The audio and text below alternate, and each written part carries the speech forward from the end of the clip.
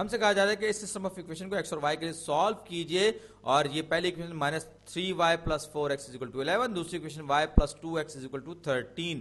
अब अगर मैं एलिमिनेशन का रिवायती तरीका इख्तियार करूं, इन दोनों को आपस में जमा या नफी कर दूं, तो आपको मुझे पता चलेगा कि अगर मैं इनको जमा करता हूं तो यहां मेरे पास नेगेटिव 2y आएगा, यहां इनको जमा करूंगा तो ये 6x आएगा, राइट हैंड साइड पे मेरे 24 आ जाएगा।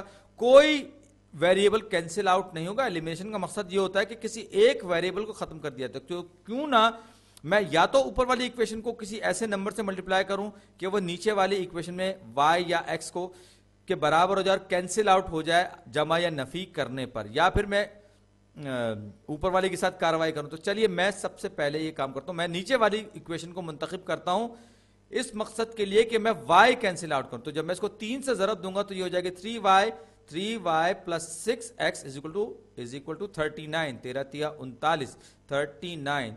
तो ये सिर्फ मैंने इसको स्केल अप किया है, 3 से जरब दिया है दोनों साइड्स को इस इक्वेशन की, तो ये जो है 3y plus 6x is equal to 39 होगा। मैं लिख भी देता हूं, ये उसको मैंने 3 से मल्टीप्लाई किया, 3 टाइम्स स्केल अप किया है। और ऊपर वाली जो पहली इक्वेशन है minus 3y plus 4x is equal to 11, ये अपनी जगह जूं की तूं मैंने छोड़ दी। अब मैं एलिमिनेशन करने जा रहा हूं।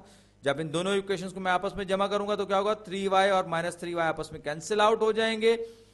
और याद रखिए कि ये जो है, जो कार्रवाई मैं ये कर रहा हूं, ये इनको मैं जमा कर रहा हूं आपस में, तो एक नेगेटिव एक पॉजिटिव कैंसिल आउट, 4 और 6 10, 10x, 11 और 39 50। तो जब ये हो गया 10x इक्वल टू 50, दोनों साइड्स को 10 से डिवाइड किया तो 10x 10 से डिवाइड होके 1 हो गया। 5/10 का मतलब होता है 5, तो x की वैल्यू मेरे पास आ गई 5।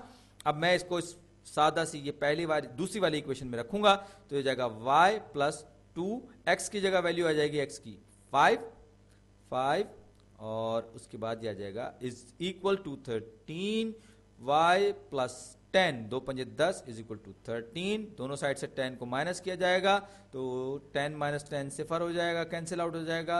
y इज इक्वल टू 10, 13 में से 10 जाएगा 3, तो y जो है y इज इक्वल टू 3 और x is equal to 5, x is equal to 5, y is equal to 3 इस इक्वेशन का सोल्यूशन है।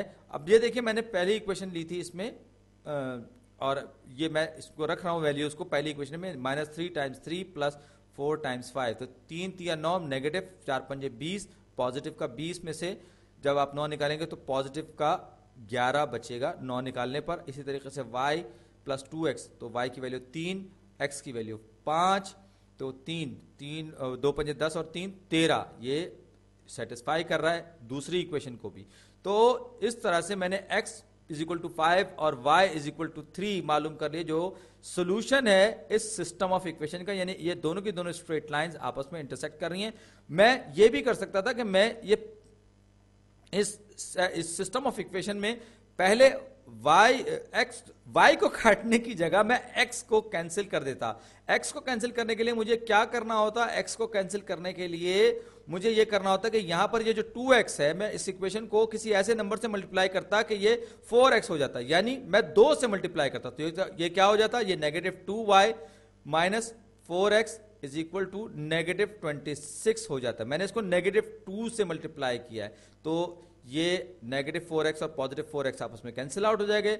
माइनस 3 और माइनस 2 आपस में जब जमा होंगे तो ये 5 नेगेटिव 5y हो जाएगा। नेगेटिव 26 में से जब 11 जाएगा नेगेटिव 15 बचेगा, दोनों साइड्स को नेगेटिव 5 से डिवाइड किया तो y इज इक्वल टू 3 आ जाएगा मेरे पास। और आप देख सकते हैं ये एग्जैक्टली y की वही वैल्यू है जो मैंने अभी पहले प्रोसेस में मालूम की थी। x इज इक्वल टू 5 भी इसी तरह से आपको मिल जाएगा।